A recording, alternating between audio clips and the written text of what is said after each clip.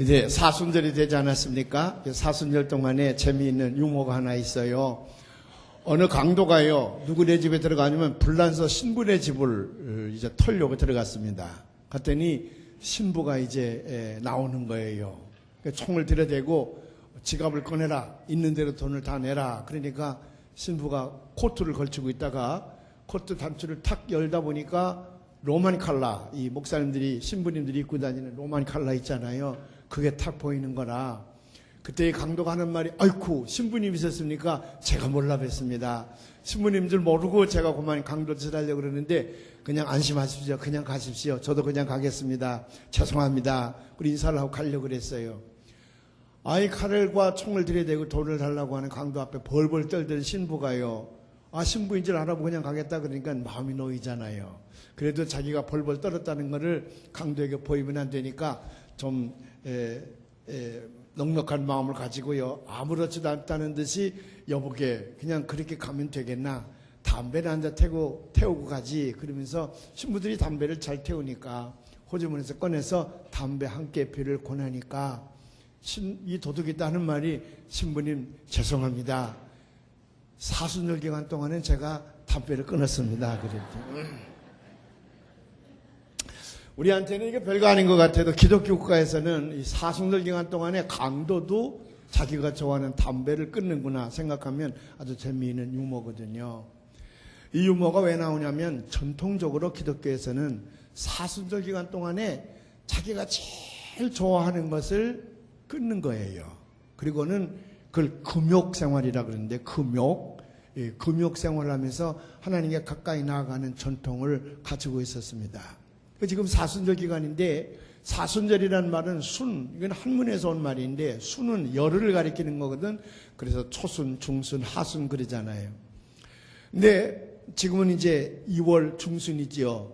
근데 그게 사순이니까, 순이 4개가 있으니까 40일이지요. 뭐 언제부터 예수님 부활절, 예수님 부활하시기 이전 40일 동안을 주일을 빼고 사순절이라 그래요. 주일을 뺀 기간을 사순절이라 그러는데, 이 사순절 기간 동안에는 예수님께서 나를 위하여 십자가를 지시고 그 생명을 바치셨기 까닭에 그 엄청난 순환, 서퍼링입니다. 서퍼링 또는 패션이라 그러는데, 그 엄청난 순환을 당하신 예수님을 생각하며 나도 경건하게 40일을 보내는 겁니다. 부활절 때까지. 그래서 내가 좋아하는 것, 주님은 날 위해서 목숨까지 바치셨는데 나도 주님을 위해서 뭔가 해야 되지 않겠나, 그런 생각으로 금욕 생활을 했습니다. 옛날부터 금욕 생활. 금욕은 내게 있는 모든 욕망을 금지하고 산다는 말인데, 수동생들은 평생 금욕 생활을 하지만 그렇지 못한 평범한 사람들도 이 사순절 기간 동안에는 많은 금욕 생활을 했습니다. 금욕 생활은 뭐냐면 자기가 좋아하는 거를 이제 안 하는 거거든요. 예를 들면 초콜릿을 좋아하는 사람은 초콜릿을 안 먹고, 또 술을 좋아하는 사람은 술을 먹지 아니하고, 담배 피우기를 좋아하는 사람은 사순절 기간 동안만이라도 아까 그 강도처럼 담배를 피우지 않겠다 결심을 하는 거지요. 많은 경우에 사순절 기간 동안에 했던 금욕생활 가운데에 2가지가 있습니다. 하나는 고기를 먹지 않는 거고, 또 하나는 밥을 먹지 않는 거예요. 그걸 금식이라 그러죠. 패스팅이라 그러는데, 이 금식을 하는 겁니다. 근데 기독교인들은 그냥 밥만 먹지 않는 것이 아니라 그 금식하는 기간 동안에 기도한다. 그래서 금식 기도, 이거 기독교만이 가지고 있는 단어예요. 한글 사전에도 이런 단어는 없어. 영어 사전에도 이런 단어는 없어요. 우리 기독교인들만이 가지고 있는 단어가 금식 기도예요. 금식 기도. 이 금식 기도를 많이 해왔습니다. 우리가 이 사순절 기간 동안에 주님의 고난을 생각하면 우리도 뭔가 주님께 드릴 줄 알아야 됩니다. 그래야 우리가 사람이지요. 우리가 본래 죄로 말미암아 우리는 형벌을 받을 수밖에 없습니다. 그 형벌이라고 하는 건 사망이고 지옥입니다. 그런데 우리 하나님께서는 너무나도 우리를 사랑하셔서 예수님을 이 땅에 보내셨습니다. 독생자 예수님을 이 땅에 보내셨어. 그리고는 우리의 죄값을 치르시기 위하여 십자가 위에서 못 박히시고 가슴 연료관 쓰시고 옆구리는 창을 맞으시고 물 한 방울 피 한 방울 남김없이 다 쏟으신 다음에 십자가에 매달려 돌아가셨어요. 그냥 목이 잘렸다든지 총을 맞고 죽는 것은 쉬운 일이지만은 그러나 십자가 위에서 몇 시간 동안 매달려 있으면서 물 한 방울 피 한 방울 남김없이 다 쏟으신 다음에 돌아가셨다는 말은 인간이 감내할 수 있는 그런 고통을 넘어섭니다. 가장 처절한 순환을 예수님께서 당하셨거든요. 우리가 그걸 생각하면 1년 내내 사실 우리는 금욕생활을 하면서 주님 앞에 기도하고 감사해야 되지만 사람이기 때문에 1년 내내는 못한다 할지라도 40일 동안은 해야 되지 않겠느냐. 예수님은 40일 동안 금식 기도하셨잖아요. 또 많은 경우에 40이라는 숫자가 많이 나타나 성경에는요. 그래서 그 40일을 사순절로 놓고 영어로는 렌트라 그러는데 그 40일 동안을 놓고 우리가 금욕생활을 하는 거예요. 금욕생활이요. 그 중에서 제일 많이 하는 것이 이제 고기를 안 먹는 일, 또 밥을 안 먹는 일이라 그랬지요. 중세기에는 몽크라 그래서 몽크. 그 수도성들이 많이 있었는데 그 수도성들은 이 사순절 기간 동안에 두 가지를 절대로 못 먹게 했다는 겁니다. 하나는 버터, 그걸 못 먹게 하고 또 하나는 돼지 비계, 삼겹살이지요, 뭐, 삼겹살. 유승범 지사님은 삼겹살 좋아하지. 사순절 기간 동안에는 잡수지 않는 게 좋다고 말이에요. 아마 이 버터나 삼겹살, 이 돼지 비계 같은 것들은 변비의 원인이 되는 모양입니다. 중세기에 특별히 음식 문화가 발달되지 않았기 때문에. 그래서 수도승들이 변비로 고생을 많이 한 모양인데 그래도 너무 좋아하는 기호식품이어서 사순절 기간 동안에는 이 수도승들에게 버터나 또는 돼지 비계 같은 거, 삼겹살 같은 거는 먹지 않도록 했다 그래요. 지금 보면 아무것도 아니지만 그때로서는 굉장한 헌신이지요. 여러분들도 이 사순절 기간 동안에 뭔가 하나님 앞에 드릴 수 있는 신앙의 결단이 있어야 될 줄로 믿습니다. 예수 그리스도의 십자가의 은총을 믿는다 그러면 우리도 주님 앞에 무언가 우리 마음을 드릴 수 있는 신앙생활이 있어야 될 줄로 믿습니다. 웬일인가 날 위하여 주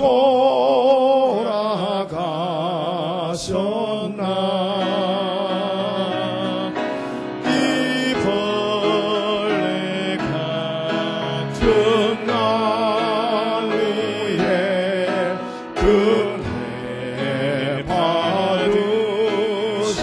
받으셨나. 늘 울어도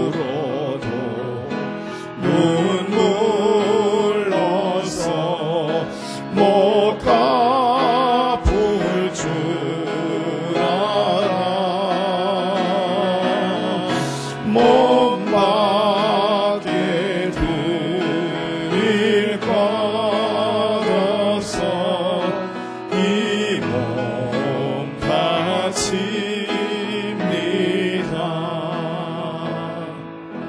아주 오래전부터 우리가 신앙생활하면서 경건의 삶을 살아야 되겠다 그럴 때에 금욕주의를 많이 주장하는데 그중에서 제일 많이 이용되는 것이 금식기도입니다. 금식기도요. 이것은 구약시대 때도 그랬고 예수님 당시에도 그랬고 또 예수님 당시에도 그럴 뿐만 아니라 오늘날도 이 금식기도를 통해서 자기가 금욕생활을 하고 그 금욕생활을 할 때에 하나님 앞에 가까이 나아갈 수 있는 제일 많은 수단으로 사용된 것이 금식기도였습니다. 금식기도.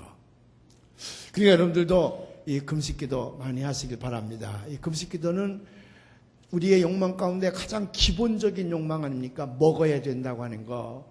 이거를 잠시 내려놓고 그리고 하나님을 생각하고 하나님 앞 가까이 나가서 주여 내가 주를 위하여 무엇을 하리이까 늘 기도하면서 산다고 하는 건 매우 중요해요. 그래 신앙을 성장시키는 데 있어서 금식기도만큼 좋은 것이 없다는 거지요. 근데 대부분 사람들이 한 끼 정도는 잘하지만 세 끼를 모조리 굶으라 그러면 굉장히 어려울 겁니다. 특별히 우리 집사람 같은 경우에는 뭐 여간해서 그거 하기가 어려울 것 같아요. 늘 먹는 걸 좋아하는 양반이니까. 저도 마찬가지죠. 뭐 근데 그 존 맥스웰이라고 하는 유명한 이제 사상가요, 저술가요, 또 강사가 있는데 이분이 여러 가지 책을 많이 써서 히트를 했습니다. 그 중에 하나가 뭐냐 그러면 Partners in Prayer, 기도 안에 있는 동지들, 기도 동지들이라고 하는 책을 썼는데 제일 많이 팔린 책 가운데 하나입니다.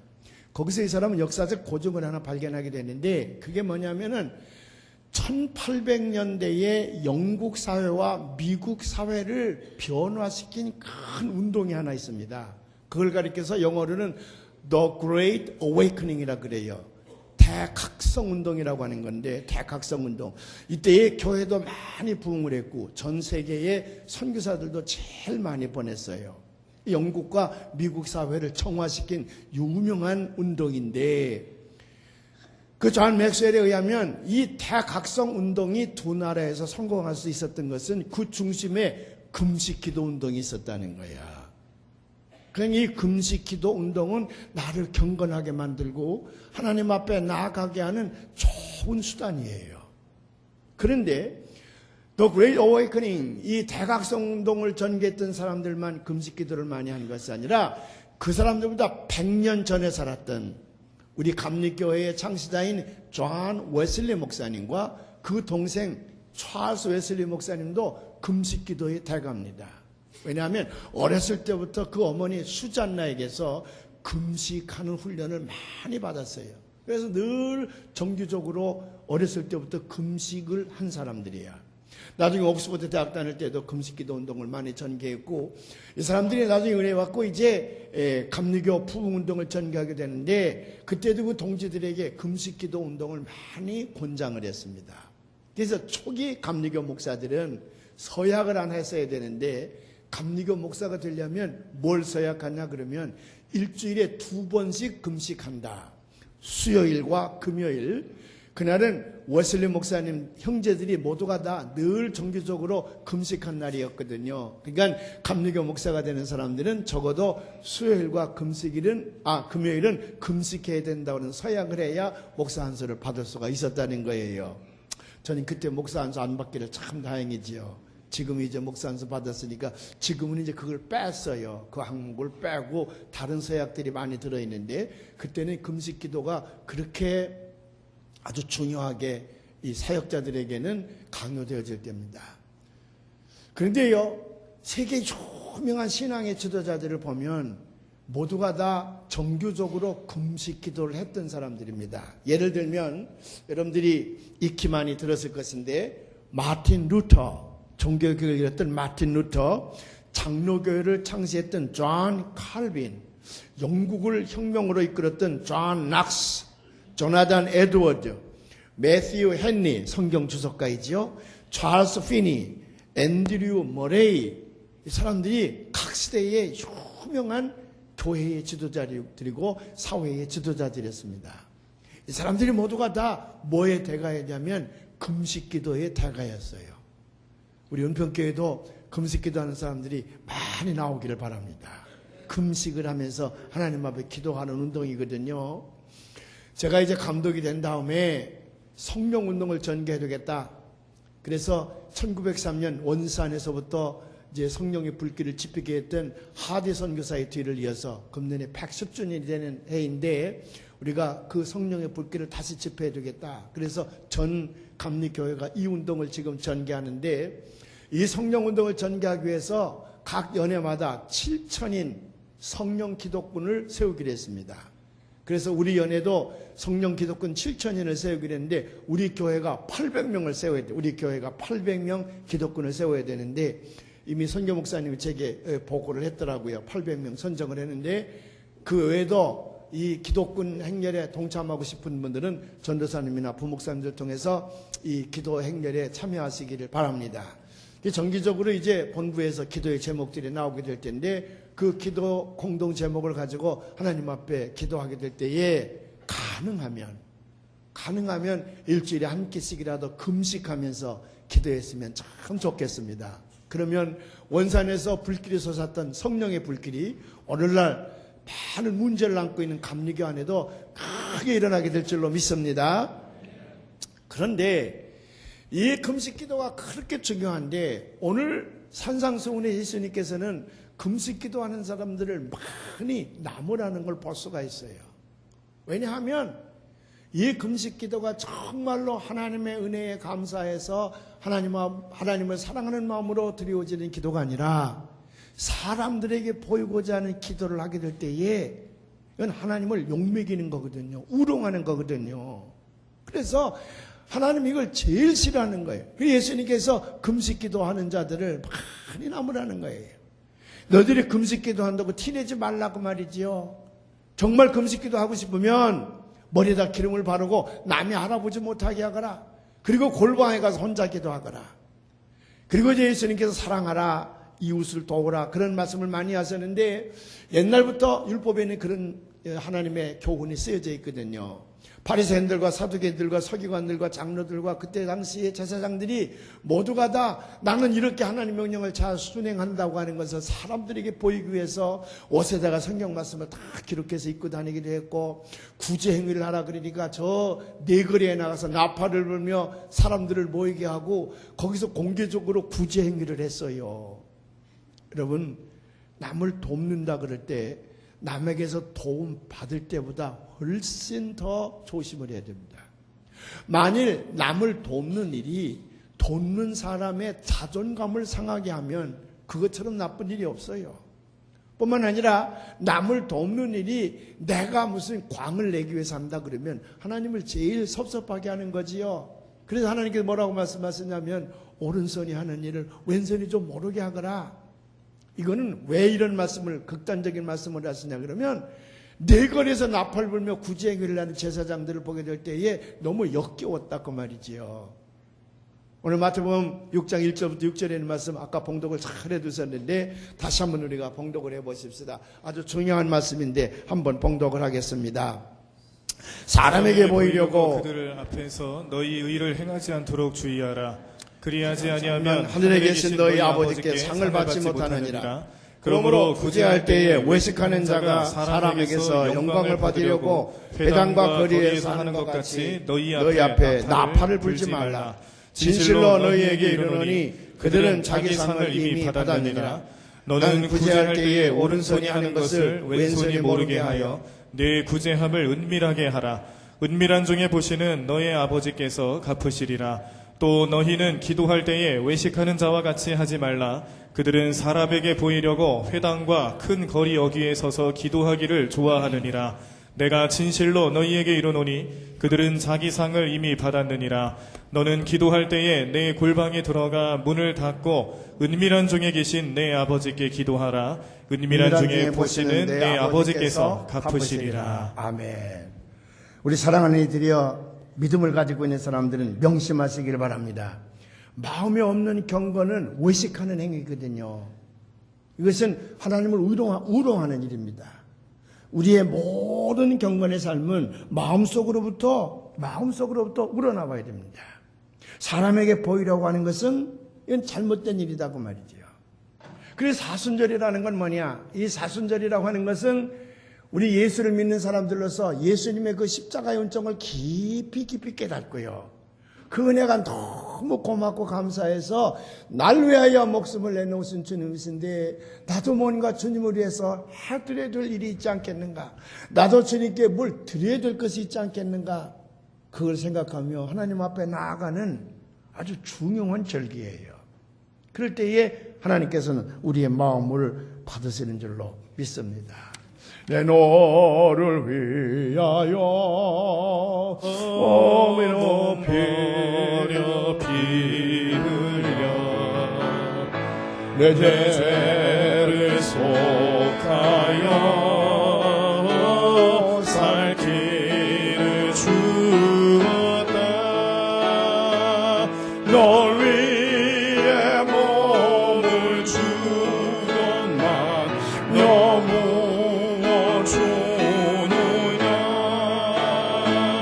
널 위해 몸을 주건만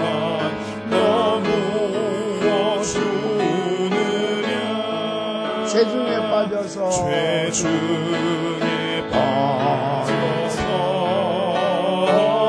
영주의 인생을 구하여 주려고 나 피를 흘렸다. 내 죄를 계속했건 난 너무 무엇하느냐. 내 죄를 계속했건 난 너무 무엇하느냐.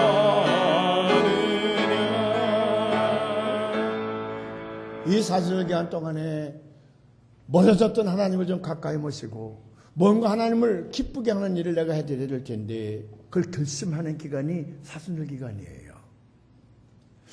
하나님 앞에 가까이 나가 뭐를 드리고자 할 때에 몸밖에 드릴 것 없어 이만 바칩니다. 아까 찬송도 하고 그랬는데 여러 가지 길이 있을 것입니다. 어떤 사람들은 세상의 모든 직업을 다 팽개치고 내가 복음을 들고 일생 동안 복음을 전하고 주님의 백성을 섬기는 일을 위해 살겠습니다. 그래서 목사 안수를 받고 목사가 되는 사람들이 많이 있어요. 그래서 제가 미국에서 있을 때 보면 어느 집안에서는 이제 서울대학을 아들이 들어가서 그러면 얼마나 그 집안이 난리가 납니까? 우리 아들이 서울대학 갔다고 난리가 나지요. 공부를 잘했어. 졸업한데 미국에 와 유학을 왔어요. 유학을 와서 열심히 공부하니까 집에서 돈을 보내주면서 부모는 잔뜩 기대를 하고 있는 거예요. 이놈이 이제 공부를 마치게 되면 박사가 되고 이제 크게 출세하리라. 그런데 어느 날 얘가 헷가닥 해가지고 아빠 엄마 나 이제 목사가 될래. 그리고 그걸 집어치우고 신학교 가는 거예요. 미국에서. 그러면 부모들이 와가지고 쌍샘질을 키고 난리가 나요. 제가 아는 사람도 그렇게 돼서 부모가 와가지고 막 펄을 걷어붙이고 이게 어떻게 길른 아들인데 말이야. 이걸 어떻게 신학교에 말해서 목사가 되게 하느냐고 그 담임 목사님에게 막 항의하는 걸 제가 봤어요. 그런데 본인의 소명인 걸 어떡하겠어. 어떤 사람들은 아주 어렸을 때부터, 어떤 사람들은 다 장성한 다음에 하나님의 소명을 깨닫고 목사가 되는 사람들이 많아요. 또 어떤 사람들은 선교사가 되는 사람들도 있고, 또 어떤 사람들은 난 그런 건 못한다 할지라도 교회 안에서 장로로 또는 권사로 또는 집사로 내가 주님의 교회를 잘 받들면서 천국을 세워가는 일에 내가 충성하겠다. 그렇게 이제 결단을 하고 섬기는 많은 그리스도인들이 있습니다. 대개 이제 목사가 되고자 할 때에 두 가지 소명이 있는 것 같아. 하나는 제 소명이 있고 또 하나는 저와는 관계없이 부모님의 소명이나 할머니, 할아버지의 소명 때문에 신학교 가는 경우가 많이 있는 것 같아요. 제 친구 하나도 신학교에 들어왔는데 제 소명으로 온 게 아니라 저희 어머니가 감리교 권사님이었대요. 그래서 울면서 하나님 앞에 아들을 내가 바치겠나이다. 그래서 이제 아들을 바쳤는데 이 녀석이 대광고등학교를 나오고 감리교 신학대학 들어오는데 시험은 잘 봤어. 공부를 잘해가지고요. 근데 면접을 하는데 어떻게 신학교 왔느냐 물었더니 저는요 절대로 오고 싶지 않았는데 우리 엄마가 나를 바쳐가지고요 그래서 제가 왔습니다. 그러면서 삐딱하게 앉아가지고 껌을 쫙쫙 씻고 있으니까 학장님이 그러냐고. 그러면 본인의 소명 받을 때까지 신학교 오지 말라고 불합격시켰대요. 두 번째도 또 시험 봤어. 시험은 잘 봤어. 근데 면접을 보는데 이번에는 껌은 안 씹었다 그랬대. 껌은 안 씹었는데 어떻게 됐냐? 누구 때문에 신학교 왔느냐 그랬더니 어머님, 할머니가 소명을 받으셨다는데 제가 그 소명에 순종하기 위해서 왔습니다. 그러니까 그때 신학교 학장님이 당신의 소명이 있을 때까지 오지 마세요. 2년째 또 불합격 맞은 거예요. 세 번째 저희들과 함께 신학교에 입학하러 왔는데 어떻게 왔느냐? 제가 소명 받고 왔습니다. 그래서 합격을 했다는데 그러고 신학교를 다니는 게 제대로 하겠습니까? 맨날 나만 보면 난 말이 억지로 온 거야. 이거 억지로 온 거야. 이거 내가 신학교 합격 안 하면 우리 엄마 또 머리 싸매고 들어놓을 거니까 내가 엄마 기쁘게 해주느라고 내가 소명받아 거짓말 했는데 나 실제는 소명받은 거 아니야. 그리고 신학 공부하는 친구도 하나 있었어요. 근데 그런 친구가 제가 미국에서 공부할 때 백인 친구 가운데 하나가 있었습니다. 잘생겼어요. 금발이에요. 아주 백인 순종인데 이 친구가 늘 하는 말이 나는 내 의지로 목사가 된 게 아니고 내 의지로 목회하는 거 아니라는 거예요. 나는 순전히 우리 엄마 아빠의 의지로 목사가 됐고 그분의 뜻을 따라서 내가 목회를 한다는 거예요. 그게 아주 엔조이 하는 겁니다. 사명감이 없어요. 미국 연합감독은 더군다나 파송제이기 때문에 여기서 3년 하고 그 다음에 또 다른 데가 3년 하고 그러니까 적당히 하면서 아주 그 삶을 엔조이 하는 거예요. 근데 이 녀석이 재미있는 건 뭐냐면 늘 얘기할 때마다 her God, his God 그렇게 얘기해요. 그녀의 하나님, 그의 하나님 그렇게 얘기해. My God, 나의 하나님, my God, our God, 우리 하나님 그렇게 얘기되는데 언제든지 her, his, their 그렇게 얘기해요. 왜 그렇게 얘기하냐 그랬더니 우리 엄마의 하나님, 우리 아빠의 하나님이라는 거예요. my God은 아니라는 거예요. 어떻게 해서 내가 태어나면서도 목사로 태어나서 이렇게 신학교를 하냐 불렀더니 설명을 해요. 아빠 엄마가 결혼을 했는데 아이를 못 가졌답니다. 오랫동안요. 병원에 다 다니고 좋다는 거 다 먹어도 아이를 못 갖는 거예요. 얼마나 근심 걱정이 됐겠어요. 근데 누군가가 하나님 앞에 소원하면 임신할 수 있다 그러더래요. 그래 교회 가서 이제 소원하려고 했더니 마침 부흥회더래. 부흥회 때 막 기도하다가 내가 무슨 소원을 할까 그러는데 자기도 모르는 사이에 아들을 하나 주시면 목사로 바치겠습니다. 그렇게 기도를 하고 있더래 자기가. 그래서 이제 끝난 다음에 담임 목사님을 찾아가서 나도 모르는 사이에 이런 기도를 했는데 내가 아들을 정말 하나님께 주신다 그러면 내가 꼭 목사로 바치겠습니다. 그러니 날 위해서 안수해 주십시오. 그래서 이제 그 목사님이 안수를 한 모양이에요. 근데 그냥만이 기도발이 세지 않았던 모양이야. 안수를 했는데도 임신을 못하는 거예요. 30대 후반이 되더라도 임신이 못하는 거예요. 얼마나 고민이 많이 됐겠어. 마치 사무엘 어머니가 울면서 하나님 앞 기도했던 것처럼 이 여인도 하나님 앞에 내 태가 복된 태가 되게 해달라고 기도를 많이 했답니다. 그래도 하나님께서 아이를 안 주는 거예요. 근데 어느 날 기도하고 있는데 하나님의 음성이 들리더래. 내가 정말 아들을 원하거든. 아들을 입양하거라. 그래 이제 고아원에 가서 입양을 했답니다. 목사를 만들기 위해서 이제 잘생긴 아들 하나를 입양을 해서 열심히 기도하면서 그 아이를 목사로 만들려고 지금 키우고 있습니다. 근데 그 아이가 초등학교 들어갈 무렵에 임신을 한 거예요. 느닷없이 늦게. 그게 나와보니까 그게 아들이야.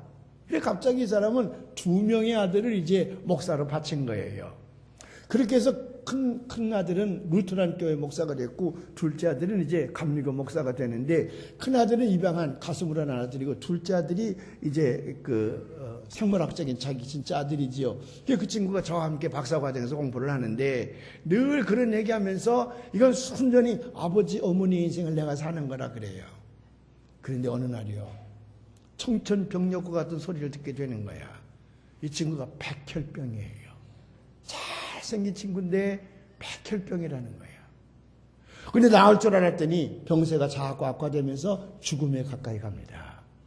병원에 입원을 했어요. 제가 찾아갔더니 자기는 백혈병이라고 하는 것 알고 그리고 자기가 살지 못하고 죽을 거라고 하는 것을 들은 다음부터는 얼마나 고민이 되는지 모른다는 거예요. 무슨 고민? Who am I? 내가 누구냐고 말이야. 내가 누구길래 이 땅에 태어나서 아버지 어머니의 뜻을 따라 목사를 하다가 또 이렇게 젊은 날 죽어야 되느냐. 도대체 내가 누구냐. 자기는 그게 헷갈려서 그것 때문에 밤잠을 이루지 못한다는 거야. Who am I? 내가 누구냐고 말이에요. 근데 어느 날 그 입양된 형이 백혈병으로 죽어간다는 동생의 소식을 듣고 달려온 거예요. 침상에 누워있는 자기 동생이지요. 그 동생을 위해서 기도하는데 이렇게 기도하더래요. 하나님 감사합니다. 우리 둘은 본래 이 세상에 없을 생명들인데 하나님께서 우리 아버지와 우리 어머니에게 착하신 우리 아버지 어머니에게 좋은 축복의 선물로 이 땅에 보내셔서 그 선물로 살게 하시다가 이제 동생을 하나님께서 하늘나라로 불러가시는 줄로 믿습니다. 이제 동생을 먼저 하늘나라로 불러가는 까닭은 착하고 신앙적인 우리 부모님들이 하늘나라 가 있기 때문에 또 그분들에게 좋은 선물로 주시기 위해서 제 동생을 천국으로 불러가는 줄로 믿습니다. 그렇게 기도를 했더라는 거야. 형이 간 다음에 고민이 더 팍 생기는 거예요. 왜? 이 녀석이 와가지고 하나님 고쳐주시옵소서, 내 동생 불쌍하니 고쳐주 이렇게 기도하고 해야 되는데 그냥 죽으라고 기도하는 거 아니야. 지금 죽으라고. 그러니까 더 괘씸하기도 하고 더 헷갈리는 거예요. 아니 도대체 이게 무슨 말인가. 근데 그 다음날 가슴이 뜨거워지더래요. 왜? 어차피 인생은 이 땅에 태어났다 죽는 게 아닌가. 영원히 살 사람은 없다. 그런데 이 땅에서 어떻게 살다 죽느냐가 참 중요한 것인데, 내가 본래 이 땅에 있을 수 없는 생명인데 우리 착하고 신앙이 좋은 부모님에게 하나님께서 축복의 선물로 나를 보내셔서 그분들에게 기쁨을 주고 내가 축복의 선물로 이 땅을 살게 하신 것, 그것만큼 존귀한 인생이 어디 있어요. 그걸 깨닫는 순간에 가슴이 막 뜨거워지더라는 거야. 그래서 눈물로 하나님 앞에 막 감사의 기도를 드린 거예요. 쓰레기처럼 살다가는 사람들이 얼마나 많은데, 저 사탄의 앞잡이가 되어져서 못된 일 하며 살아가는 사람들이 얼마나 많이 있는데, 나는 신앙이 좋고 착한 우리 부모님의 축복의 선물로 하나님께서 이 땅에 보내셔서 그 축복의 선물로 살게 하신다. 이것처럼 존귀한 삶이 어디 있어요. 얼마나 감사하겠어요. 사랑하는 여러분 모두가 다 예수를 믿는 사람들 아닙니까? 그 예수를 믿는 사람으로서 아이디, 정체성을 가지고 사는데 어떤 정체성을 가지고 삽니까? 무엇을 위해 사시느냐고 말이죠. 왜 사시느냐고 말이죠. 어차피 사람은 이 땅에 태어났다 죽게 되어 있거든요. 50년, 60년, 70년, 80년 사는데 그것이 굉장히 긴 것 같아도요. 그 긴 것 같아도 나중에 보면 하나의 경점에 불과하거든요. 그 인생을 어떻게 살아가느냐. 그 전에 한번 말씀드린 적이 있습니다. 제가 아프리카 선교여행 갔을 때에 그 여자 선교사 하나 만난 다음에 부끄러움을 느꼈다 그러잖아요. 30대 후반에 잘생긴 여자 선교사인데 우리에게 이런 말을 했습니다. 저는 주일이면은 4번 내지 5번 예배를 드립니다. 8시간 이상 걸어다니면서 4번 내지 5번 예배를 드리는데 1시간째 가면 한 가정을 놓고 예배를 보고 또 2시간 걸어가면 또 하나를 놓고 예배를 보고 또 2시간 걸어가면 또 3가정 모여서 예배를 보고 이렇게 해서 8번 예배를 보고 나면 하루 8시간 이상을 걷게 되고 어두컴컴해서야 집에 돌아오게 됩니다. 늘 이렇게 주일날 하나님 앞에 예배를 드리고 있습니다. 그렇게 우리에게 설명을 하는 거예요. 그래서 제가 물어봤습니다. 아니 여자의 몸으로 무섭지 않소? 이 케냐의 밀림 지역을 그렇게 혼자 다니고 있다니 무섭지 않소? 제가 물어봤어요. 아니 밀림 지역에는 사자도 있고 하이에나도 있고 그런데 지나가다가 사자의 밥이 될 수도 있고 더군다나 흑인들이 무식하다는데 흑인 남자들에게 붙들리게 되면 당시 속복이다 하고 다 목숨도 잃을지 모르는데 어떻게 밤에 여자의 몸으로 혼자서 이 밀림 지역을 8시간 9시간씩 걸어다닌단 말이요. 내가 그렇게 물어봤어요. 그랬더니 그 여자 선교사한테 하는 말이 무서워요 목사님. 저도 무서워요. 그런데 전 이미 생명을 하나님께 바쳤습니다. 그래서 선교사로 왔는데 제가 선교사로 온 까닭은 순교자의 명단에 제 이름이 올라가는 것이 가장 큰 영광이기 까닭에 그래 선교사로 왔다는 거예요.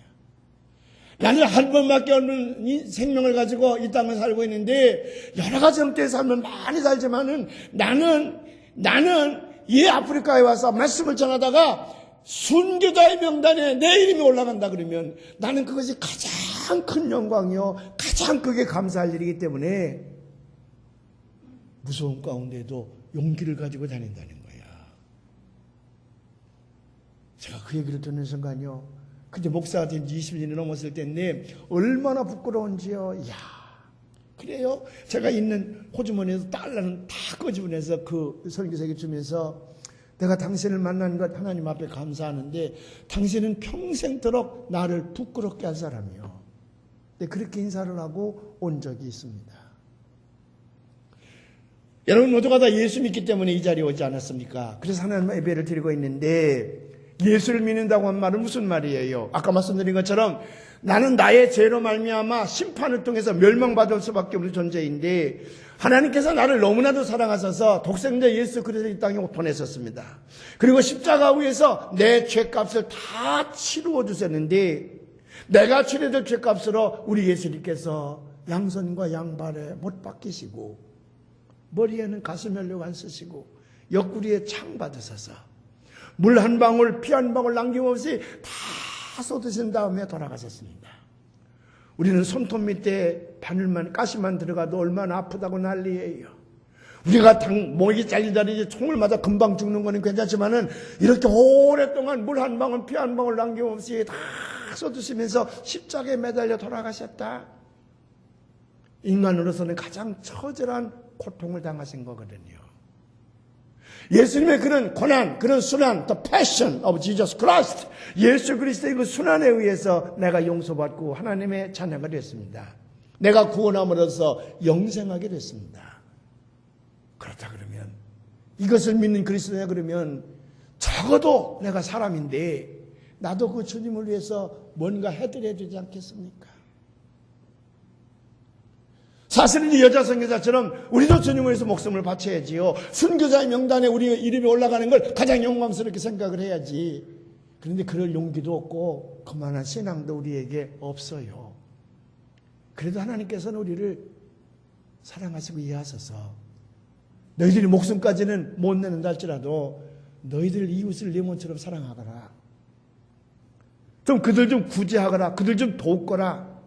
여러 가지 일을 우리에게 명령하시는 거예요. 그래서 우리는 교회를 만들어 놓고 이 교회를 통해서 하나님 앞에 우리가 충성을 하는 겁니다. 그런데 형식적으로 하지 말고 외식적으로 하지 말고 내가 정말 진실된 마음을 가지고 내가 가지고 있는 아주 가장 소중한 것들을 나를 위해서 한번 써보라는 거거든요. 그런 것들이 얼마나 많이 있는지 몰라요. 이웃을 사랑하는 일, 남에게 구제를 베푸는 일, 하나님 앞에 찬양하는 일, 하나님 앞에 기도하는 일, 하나님 앞에 11조의 예물을 드리는 일, 얼마나 많은 일들이 아주 쉬운 것들인데 이 쉬운 것들을 외식하는 걸로 하지 말고 마음에서 우러나오는 진심으로 한번 해보라고 하는 거거든요. 근데 우리는 그것도 못할 때가 얼마나 많이 있는지 몰라요. 그래서 교회는 사순절 기간을 정해놓고 이 사순절 기간만이라도 주님의 고난을 생각하며 뭔가 결단하는 시간들이 있으면 좋겠다. 그래서 우리가 지금 사순절을 지키는 거거든요. 여러분 세상에서 출세하기를 원하십니까? 돈 많이 벌기를 원하십니까? 이 세상에서 뭐 명성을 날리기를 원하십니까? 그래서 뭐 하시려고요? 제 친구 아버지는요, 얼마나 돈을 잘 버는지 돈 버는 기계예요. 귀신이에요. 가끔 저희들이 놀러 가면 나는 내 평생 내가 사는 땅만 밟고 살아도 된다고 할 만큼 돈이 많이 벌었어요. 근데 50대 중반에 그분이 위암에 돌아가시게 됐습니다. 저희들이 가서 병문안에 갔더니 그렇게 억울해 하시는 거예요. 먹는 걸 다 토하시면서 하시는 말씀이 내 재산이 이렇게 많은데 이거 다 드려도 내 병을 못 고친다니 이렇게 억울할 수가 있냐고. 이렇게 많은 돈을 가지고 있는데 이거 한번 써보지 못하고 내가 죽게 됐으니 너무 억울하다고요. 그분 돌아가시니까 그 재산이 자녀들에게 왔죠. 그 재산이 자녀들에게 축복의 선물인 줄 아십니까? 아니에요. 없는 게 훨씬 나았어요. 조지 이스트만이라는 사람은 코닥이라고 하는 필름 회사를 세워놓고 돈을 얼마나 많이 벌었는지요. 미국의 재벌이 됩니다. 근데 조지 이스트만은 평생 혼자 살아요. 독신으로 살았어요. 왜 독신으로 사는지는 몰라. 여러 가지 설이 있지만 되게 두 가지를 이제 설로 다 얘기를 하는데 하나는 뭐냐 그러면 자기 어머니가 신앙이 좀 무리했습니다. 너무 우리말로 얘기하면 현모양처야. 그런 여자를 찾아야 되겠는데 아주 효성이 지극한 아들이기 때문에 그런 여자를 만나지 못해서 결국 독신으로 평생을 살았다. 그런 얘기도 있고요. 또 하나는 그가 죽을 때 한 말 때문에 달리 해석하는 사람이 있어요. 그가 죽을 때 뭐라고 얘기했냐 그러면 만일 내가 내 자식이 있는데도 불구하고 그 자식들에게 이 재산을 물려주지 않는다 그러면 그 자식들은 나를 증오할 것입니다. 그렇다고 해서 내가 이 재산을 자식들에게 물려주면 자식들에게 큰 해가 될 것입니다. 그래서 나는 혼자 살았습니다. 그래서 몽땅 다 그 재산을요 장학금에 기부하고 빈몸으로 돌아갔었어. 그 조지 이스트만이요. 최근에 인터넷 쪽에서 나온 사람이 있지요. 그레이엄 터크웰이라는 사람도 여기 조지 이스트만처럼 비슷한 삶을 살았는데 그가 엄청난 돈을 벌었습니다. 그 엄청난 돈을 전부 장학금에 내놨습니다. 그리고 있다 하는 말이 그가 이런 얘기를 했습니다. 만일 이 돈을 내가 내 자식에게 준다 그러면 나는 자식들에게 독을 주는 것과 같다 그랬어요. 독약이라 그랬어요. 그들이 무엇인가를 스스로 이루려면 성취감을 느끼게 되는데 부모가 이 모든 재산을 그들에게 줘버리고 나면 그들의 열망은 망가질 것이고 결국 그들을 나쁠게 만들 독약이 될 것이다. 그래서는 자녀들에게 이 돈을 주지 않는다 그랬어요. 실제적으로 백만장자가 된 사람들 보면 75% 이상이 가난한 집 자손입니다. 그래서 이모당이라는 사람도 정승의 자식은 정승이 될 수가 없다. 자, 락펠러라든지 저 워너메 같은 사람이 당신이 재벌이 된 가장 큰 요인 중에 하나를 꼽는다면 뭐요? 그랬더니 가난이었다. 가난이었다. 우리 어떤 장로님이 제게 와서요. 목사님, 저는 목사님 설교가 너무 좋아요. 왜 그렇게 좋습니까? 그랬더니 그 어렸을 때 가난했던 거 나랑 똑같은 거거든요. 근데 지금 생각하면 그 가난이 우리에게 큰 축복의 선물이었다는 거야. 부모님이 가난했었다. 그 가난했었다는 것이 자식들에게는 큰 축복의 선물이라는 거야. 그거 감사하다는 거야. 그래요? 자식들에게 돈 많이 준다 그래서 성공한 부모 아닙니다. 문제는요, 내 삶을, 내 인생을 무엇을 위해서 살 것이냐는 거거든요. 오늘 성경 말씀 뭐라고 얘기합니까? 너희의 보물을 하늘 창고에 쌓아두라. 거기는 도둑도 들지 않을 것이며 동록이 쓸지도 않을 것이다. 물질이 있는 곳에는요, 우리의 마음이 있어. 마찬가지로 물질이 있는 곳에 사탄이 가 있어. 도둑이 가 있어요. 우리의 저기 키보드가 이 신디라 그러죠. 좋은 게 우리가 사놓고 있었잖아요. 제가 마음 먹고 그때 아주 좋은 걸 사놨거든요. 지난주 간단에 도둑이 들어서 훔쳐갔어요. 우리 키보드를 누가 훔쳐갔어. 어젯밤까지 그거 훔쳐가는지 몰랐어요. 나중에 CCTV를 보니까 어떤 청년이 마스크를 하고 그리고 와서 그 CD를 훔쳐갔는데, 그 키보드를 훔쳐가는데 우리 교회를 다니는 청년인지 아니면 동네 청년인지 잘 모르겠어요. 근데 그 사람이 그 키보드 훔쳐가서 예수 믿게 됐으면 참 좋겠어요. 그걸 가지고 하나님을 찬양하는 일에 쓰였다면 뭐 2개라도 더 사주고 싶은 생각이 있어. 이번에 키보드를 훔쳐간 그 청년이 반드시 변화되기를 바랍니다. 그렇게 될 줄로 믿습니다. 그래, 우리 키보드가 없어. 지금 오늘 기도하다가 마음 동하는 분이 있으면 키보드 좀 하나 봉헌했으면 좋겠어요.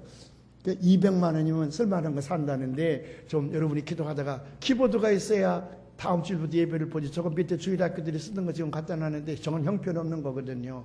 여기 좀 좋은 걸 가지고 그동안 했는데 도둑이 훔쳐갔어. 도둑이 못 들어가는 것이 없어요. 여러분, 도둑이 외부에서 들어오는 것이 아니라 자식이나 가족에게 그 자산을 주었을 때에 그놈들이 도둑이 될 수가 있습니다. 그래서 부모의 자산을 누리기 위해 부모를 불질러 죽이는 녀석들이 얼마나 많아.